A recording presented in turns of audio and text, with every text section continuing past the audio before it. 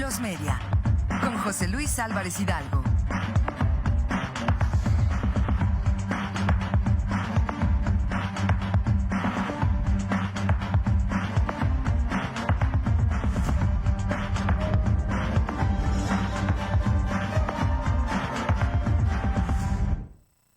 Tuve el gran privilegio de asistir, de presenciar a través de los medios de comunicación, concretamente la televisión, el momento en el que Claudia Sheinbaum recibe la constancia de mayoría por parte del Tribunal Electoral del Poder Judicial de la Federación, que le convierte formalmente en presidenta electa de México, en la primera mujer presidenta de este país en 200 años. Fue una ceremonia solemne ante las máximas instancias del Poder Judicial, incluida la presidenta de la Suprema Corte de Justicia de la Nación, Norma Piña, que ahora sí se puso de pie, aplaudió y felicitó a Claudia Sheinbaum,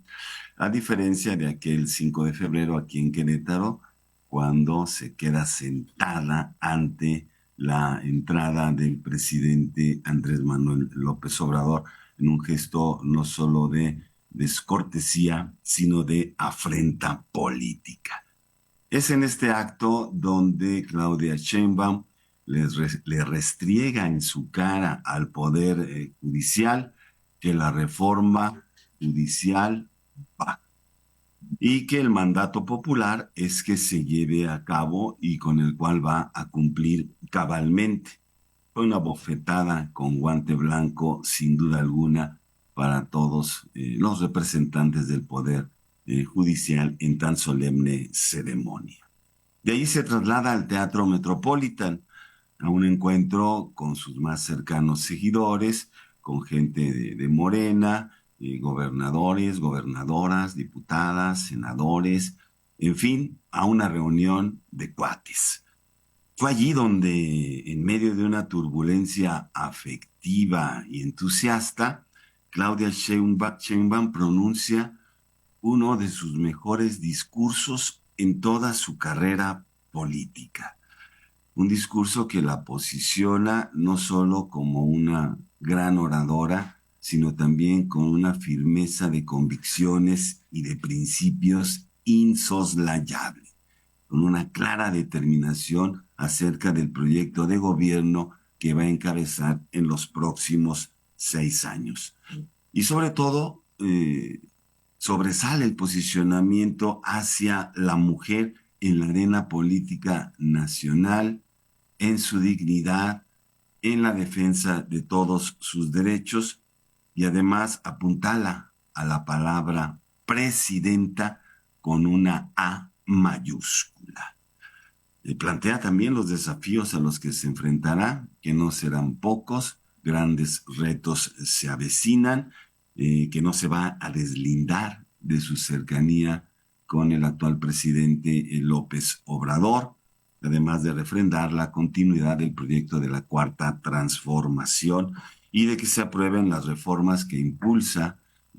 AMLO hoy en día, entre ellas la reforma al Poder Judicial y la inminente mayoría calificada para lograr aprobar las reformas constitucionales de López Obrador. Por supuesto que las que ella misma proponga en su propia agenda presidencial. En fin, un acontecimiento memorable, histórico en el devenir político de este país. Sin duda fuimos afortunados de presenciarlo, de escucharla, de saber que contamos con una mujer firme, clara, con fuerza moral, política y que sabrá llevar las riendas de este país de manera inmejorable. Y sí, hay una serie de acontecimientos que son retos inmediatos que se avecinan y que tendrá que resolver la propia Claudia. Forman parte de la agenda política nacional de este proyecto, también de la agenda opositora y de la agenda setting, es decir, de la agenda de los medios de comunicación. Es decir, se trata de temas que tienen una vamos, una envergadura muy importante, que están en el candelero político en medio de una gran polémica. Y como acabamos de mencionar, pues se trata de la reforma judicial que ya da avisos de esa hazaña con la que la oposición derechista de este país se va a oponer a sangre y fuego de que ésta se consume. Incluso hoy se da a conocer en la información nacional que ya inician los paros de trabajadoras, trabajadores vamos, del Poder Judicial en diferentes entidades del país, y que el próximo miércoles quizá haya un paro nacional que inmovilice las acciones en el país del Poder Judicial, juicios que se quedarán suspendidos, en fin, una cantidad impresionante de casos sin resolver, como una medida de presión política, como una medida de chantaje vil y descarado, que no es ni siquiera iniciativa de los propios trabajadores del Poder Judicial, sino que están siendo instigados por sus propios patrones, sembrándoles insidia, rencor y mentiras acerca de la reforma judicial, hablando de que se van a cercenar sus derechos laborales, que se van a violentar sus garantías individuales, en fin, y usted sabe la cantidad de actos de corrupción que hay al interior del Poder Judicial, donde incluso familias enteras han entrado a laborar allí con sueldos estratosféricos, nepotismo, recomendados, y los casos que han sido verdaderamente vergonzosos y que últimamente hemos dado cuenta de ellos, el intento de liberar al feminicida, sí,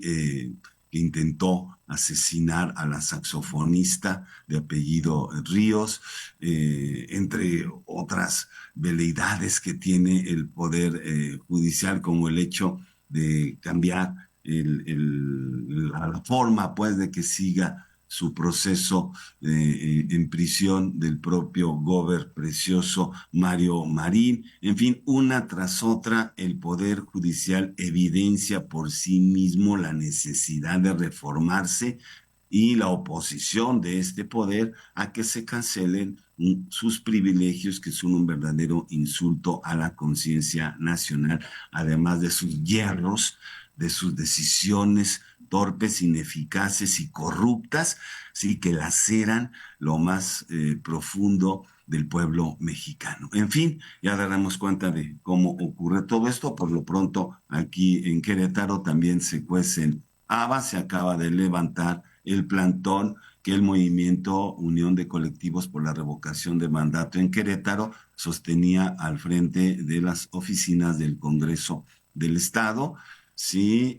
ante ya la resolución de los legisladores de legislar en un espacio independiente, acaban de aprobar sin chistar, sin discutirla, sin nada, con gran mayoría de votos, 3 abstenciones. ¿Dónde está Morena en esta situación? Y se aprueba la renuncia del actual fiscal del estado de Querétaro, para que pues, entremos en una grave crisis institucional en la que se encuentra nuestro Estado por la decisión del Poder Legislativo de someterse a la voluntad del gobernador Mauricio Curi. Así que dice este movimiento de Unión de Colectivos por la Revocación de Mandato, que va a solicitar al Senado de la República que declare que han desaparecido todos los poderes de nuestro Estado, debido a que están sometidos al gobernador, al Poder Ejecutivo Estatal. Así que así está la situación. También el Movimiento de Artistas Unidos en Querétaro